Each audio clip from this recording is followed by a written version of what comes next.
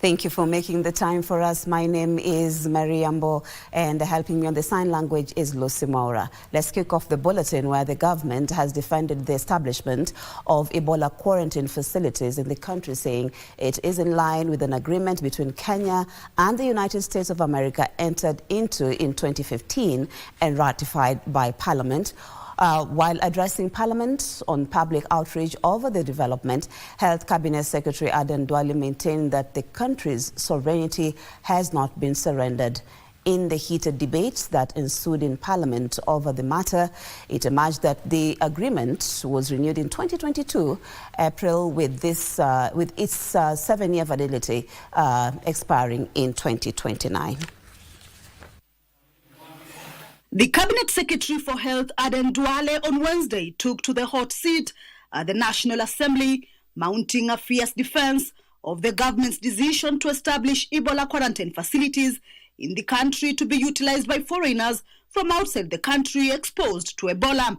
Mr. Speaker, honorable members. The CS laid bare the agreement that was entered into in 2015. Signed an agreement on cooperation in threat reduction, biological and infectious diseases engagement program. The agreements were therefore approved by the Cabinet then in April of 2016.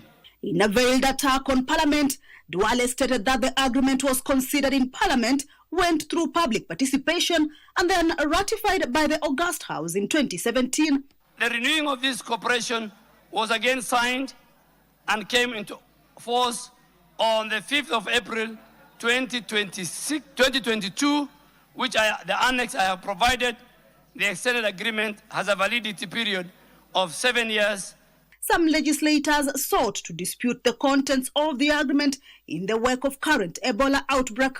Does it say that we can expose Kenyan citizens at the expense so that we can be able to save citizens of the US? It's very important that he points out that, because in my opinion, I think that cannot have been something that this House would have passed.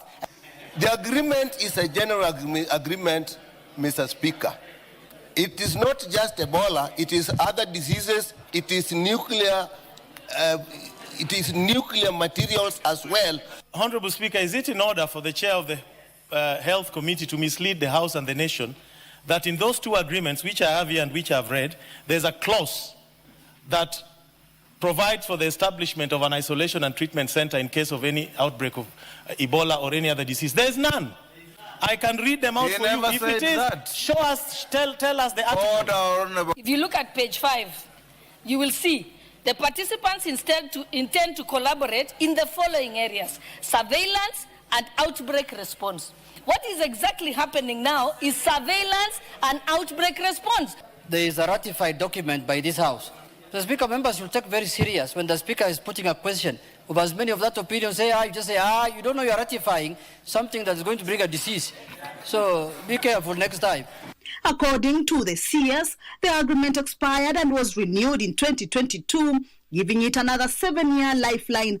In the approval by the House, did they therefore mean automatically that then when the Cabinet then renewed, that extended the approval granted by this House? Now that Kenyans have spoken loudly and clear that the context has changed and we do no longer want this center, what is his recommendation? Does the wishes of Kenyans become irrelevant, or can dynamic Kenyans think, once something is passed in this parliament, it's passed in heaven? The CS argued that the country was therefore simply fulfilling its obligations as a player in global health security.